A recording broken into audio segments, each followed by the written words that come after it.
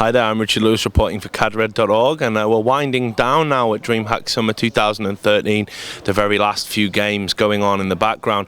I've managed to grab someone who I'm sure you guys know all about, and someone who's had a great tournament. It is, of course, Lucifron, now of mousesports. So, let's start there. You've moved to mousesports, and I thought that was a great pickup by them. Can you tell us a little bit about how you ended up being picked up by the organisation and what it's been like for you so far? Well, so far it's been great. Well, I've only been here for 2 or 3 weeks, but yeah, so far everything's great. Like, I've met the players in this event and so on, and yeah, so far everything's going well. Like, I have no complaints. Has it been interesting for you, kind of, because it was a huge pickup. Everyone was really surprised. So, do you feel like, I know you're kind of like the big star at mousesports now? I don't know. I don't think that way. Like, I don't know. I just play. Like, I don't think about that stuff. Okay. Let's talk about this tournament and how well you've done. Obviously, finishing as high up as you did, which is 5th, I believe, is been an incredible sort of feat for you, especially with such strong competition, a lot of Koreans here. How have you been pleased with the way you performed here? I mean, do you think 5th was beyond your expectations, or was it what you were aiming for? Well, I wanted to get to the bracket at least. So, well, top 8 is decent. Like, it's a good finish, especially considering I lost to Jaedong. So yeah, I'm satisfied with the result, but I think I could have played a little bit better against Jaedong. So it's like, it's okay, top 8, losing to Jaedong, but I think I could have done better. What would you have changed about the game with Jaedong then? You said you could have played differently. What would you have done specifically? I just needed to defend the Rambies better. Like, both games I lost because he made a lot of damage with Mutalisk and Bailing Rambies, so I just needed some Widow Mine, some bunkers, play a bit more defensive, and I don't know. I think that was the main issue. There were several other things that maybe I could do better, but that costed me the games. DreamHack's obviously a special tournament for a lot of people, especially Swedish people. But obviously, it's probably one of the biggest events going in Europe, if not the biggest. It's certainly the biggest kind of LAN party in the world. Do you have any particular fondness for it? I mean, do you really enjoy the DreamHack event? To be honest, for me it's just like another tournament. Like, there's not much difference for me. Like, I don't know, I just care about playing the tournament and that's it. The name doesn't matter that much. I like the conditions in DreamHack though. Like, even if some things I don't like them that much, such as playing at 1 AM, and sometimes we have to change the computers too often. Like, we have to set up in 3 or 4 different computers. But overall, it's a good event to play. So yeah. I want to ask you this question, and I know you're not an egotistical person. You're very honest and kind of humble about your own ability. But I want to ask you this. Obviously, Stefano's going to retire. Does that make you the best foreign player? I don't know. I don't know what to answer. Like, I think there are several players that are there, like in the top with similar skill level. But it's really hard to say who's the better. Like, nobody except Stefano has won so many tournaments back and back against Korean. So when Stefano was playing, when was on his peak, it was obvious that he was the best foreigner. But now I think there are several players that are similar skill-wise. I don't think that there's one that you can say he's the best by far. He's winning everything. In that case then, do you have any kind of special plans to become more consistent? I know one of the things you might want to do is maybe go out to Korea. That seems to be something that a lot of foreign players do in order to improve. Is that on the agenda? To be honest, no. I don't think I will move to Korea. Never, probably. Well, I guess I cannot say never, but it's not in my head right now. Any particular reason? Is it because of things other players have said to you, or is it just because of how much you love Spain or whatever? Yeah, I don't know. In general, I don't enjoy traveling that much, so staying for months in such a different country as Korea wouldn't do that good for me.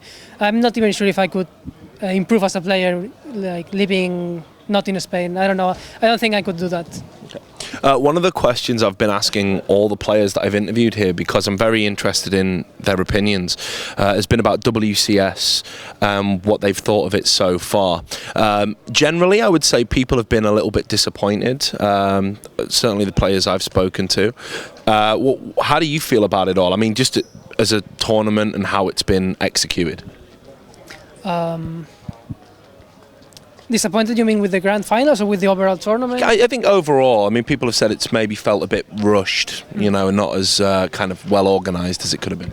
Yeah, well, there are some, like, I prefer the older version because it gave a chance to every player from their country, and then it was like each regional final was a regional tournament. But right now it feels like it's not a regional tournament anymore, it's just 4 international tournaments, so I don't think that makes that much sense. But I don't know, I do not hate it neither. Like, I prefer the old version, but this one isn't like terrible. I don't know. I mean, you obviously took part in it as well and played. I was just going to ask you a few questions about that. You know, how you felt you'd performed overall in WCS, and whether you had any kind of regrets about how it panned out. On the last WCS, yeah, definitely against 4GG, I chose the wrong strategies for game 3 and 4, and then lost game 5 because I didn't have a supply depot in my main. So it is that kind of series that you lose and you feel like you shouldn't have. Like, it doesn't happen that often that I'm completely sure I should win and lose. Yeah. But that time it happened to me. Like, after the games, I was like, I should have won this. Like, no way I should have lost that. But yeah, other than that, well, I lost to TLO for the placement match to go to the grand finals. That was disappointing as well. But I don't know. That day, I guess I just played terrible StarCraft. Yeah, terrible StarCraft. It's not often that you play terrible StarCraft. What I want to do, though, is just to kind of start wrapping this interview up, is just to talk a little bit about the competition here as a whole and how you see it going now. I mean, there's been a lot of surprises.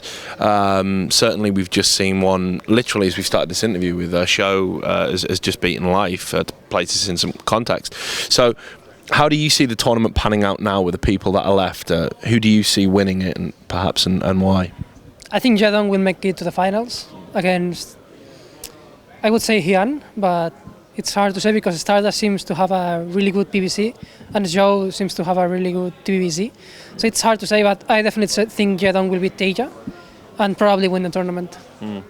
Has anyone, apart from Show maybe, I mean, has anyone really surprised you in terms of how well they've played? Because there have been some really interesting, standout performances from players that, maybe people weren't expecting to do so well. Well, Stardust did surprise me because when I played him on ladder, I didn't think he was that good. But he's beaten already several really strong opponents, so that's one. Daishi, even I already knew he was good, like very good. But he's improved a lot in the last month, and this was one of his first offline good tournaments. And yeah, he was playing really good. And well, Joe, of course, but we already talked about that.